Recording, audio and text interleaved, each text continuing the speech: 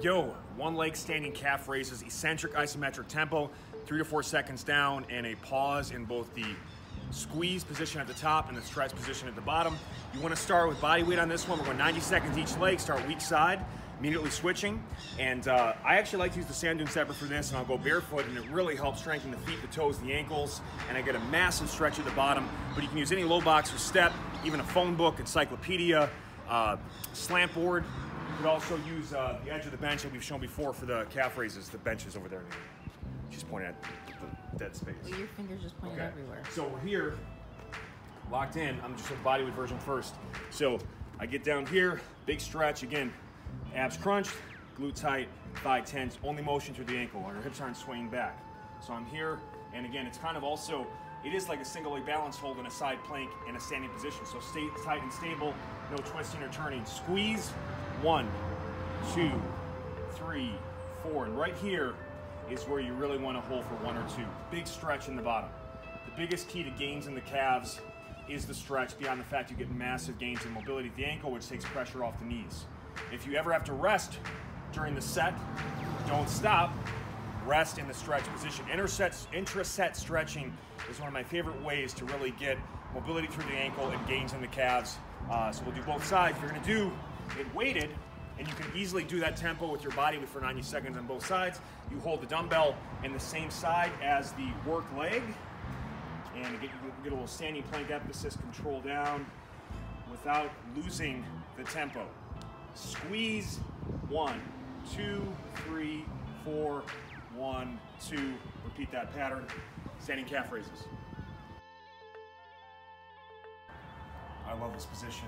Banded one leg hip flexions. Now, one of the things that people, it's kind of a misaligned way to approach your training in general is, yeah, if a muscle's tight, you shouldn't train it. But part of the reason the muscle is not functioning properly and causing problems is it's weak.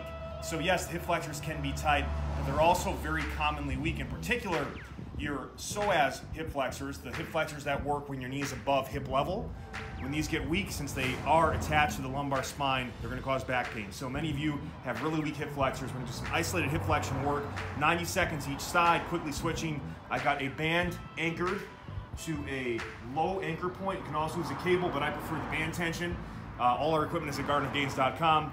And I'm actually having a pillow pad for my head just so I can get into a slight rounding of the upper back to better get into that flat low back position, abs engaged throughout. So here we go. Eccentric isometric, meaning here we're going to come up, hold for 1, 2, getting that knee above hip level. The other foot is down to kind of give us support and the ability to hold that position for 2, and then out 1, 2, 3, 4. Bring it in, 1, 2, 1, 2, 3, 4. Okay, you'll repeat that pattern and quickly switch sides.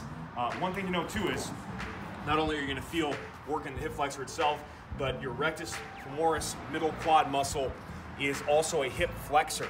So you're going to work this mid quad muscle. That's the one that looks really, from a side angle, that's what gives you kind of that peak shape on the top of the quad. It looks big and beautiful, and it's a powerful muscle. Hit it. Yo, one leg banded, shoulders elevated, hip thrust, hammering the glutes, also because we just opened up the hip flexors and the banded hip flexions. They should be getting more motion through the hip, and you do work the top leg hip flexor of your non-support leg, bottom leg glute. So the band attached right above the knee gives you resistance to bottom glute and top hip flexor, creates space separation. We're going to do 90 seconds each leg, eccentric isometric tempo, start weak side, and emphasize range of motion here. So big focus on any sort of hip thrusting. You want the chin tucked, abs crunched, ribs, shoulders down, and we want to do everything we can to avoid when your head goes back, you're prone to hyperextending. So we actually want to, it might look like you're not going as high as someone who goes like this, all right? You know that dude in the club. Otherwise, we're locked in tight here. I'm going to come up. I'm still getting full range, but I got that posterior pelvic tilt. Abs crunched, engaged. I'm going to hold for 1, 2, lower, 2, 3, 4. Never letting that foot rest. So it's constant tension. 1, 2, 1, 2, 3, 4. If you feel the hamstring starting to cramp up on you, what it probably means is that that leg is too far in front of the body. So you can bring the leg closer. That's going to shut the hamstring off more and force you to get more glute and actually quad. So the shoulders elevated hip thrust is going to get more of a quad and glute emphasis, mainly glutes. all right, and you're doing that all the way through. This is also one of those movements, by the way, no matter what, if I just go body weight, mini band, even just body weight, it never gets easier. All right, staggered hip hinges with a band attached just underneath the hip. All right, the top part of the hip right there. Anchor behind me. You can, the anchor point is either, it should be hip level or slightly lower, you know, however you set it up.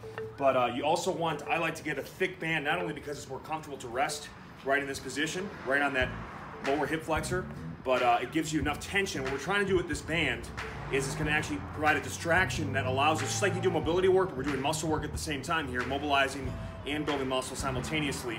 It's going to help improve your ability to flex at the hip without rounding the spine, because it actually pulls the hip capsule into place.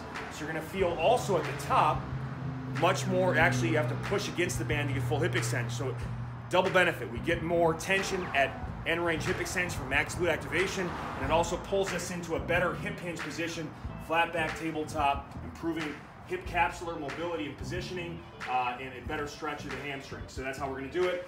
I like to use a kettlebell for this. You can use a dumbbell. We're going contralaterally loaded, meaning whatever side is the lead leg that's working, the opposite hand is holding. We're going to go palm facing neutral grip, keeping that shoulder active the entire time.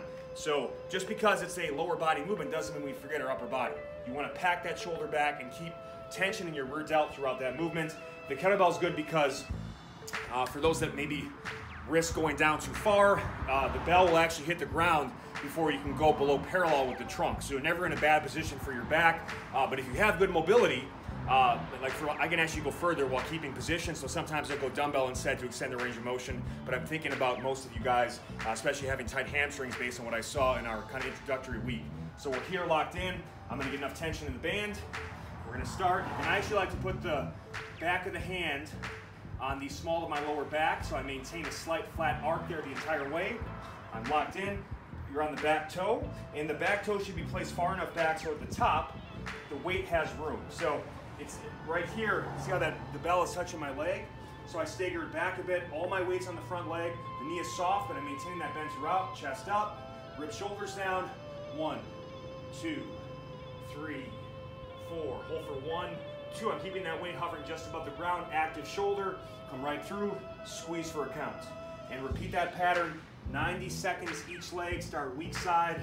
We're gonna try to make the switches as immediate as possible, all right? Knowing that I've gotta get out of here and then switch legs. So again, it might be more of an 80 seconds on, 10 seconds off each side.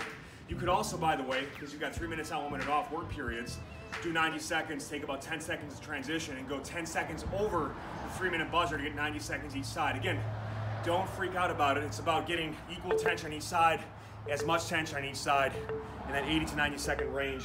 And again, you want more tension, step further out from the band, or go thicker band. You could also do this without the band, but again, the beauty of the bands, particularly adding horizontal or lateral drivers, in this case horizontal, to make it a multi-vector movement. And again, so we don't have to do that much extra mobility work outside of the gym. This will help with that as well. Told you. Banded ipsilateral Bulgarian split squat. Wow, that was tough. I didn't know I did it on one take. I'm using a single leg squat stand. You can have that back leg elevated on a box, bench, chair, couch, ottoman, whatever you have access to. And I've got my weight, dumbbell or kettlebell, doesn't matter. Ipsilateral loaded means same side hand is loaded as lead leg. I'm in this position. As you can see, the band is attached just as it was for our hip hinges. And now I'm creating a different type of driver where the band being just beneath my gluteal fold, all right here, is actually going to pull my hip flexors, both the hip flexor right by the hip, the iliacus, but also the middle quad muscle as well is going to be enhanced on that stretch. So it's going to allow me to really get into deeper positions, a better stretch. I'm going to, ideally, now if you have a history of knee pain, you can go more leg further forward, more vertical shin. That's going to get you more glute, take stress off the knee. But I like to get the leg as close as I can. The foot remains flat, but that knee goes slightly forward. I get more quad stress and I get better spinal positioning. You want to crunch yourself. Think about stacking an accordion for those joints. Locked in. Head is balancing a glass of water. I like to start in a down position. Going 90 seconds each side with the Eccentric-Isometric Tempo. The further I come away from the anchor point, the more band tension I get. And I like, again, a thick band for comfort, but also enough resistance for me. So here, locked in. 1, 2, 3, 4. Hold for 1, 2, up. 1, 2, 3, 4. Hold for 1, 2, up. You really want to hold that down position while you're down there. Squeeze that back glute hard. Just pull that hip flexor forward. Unglue those tissues.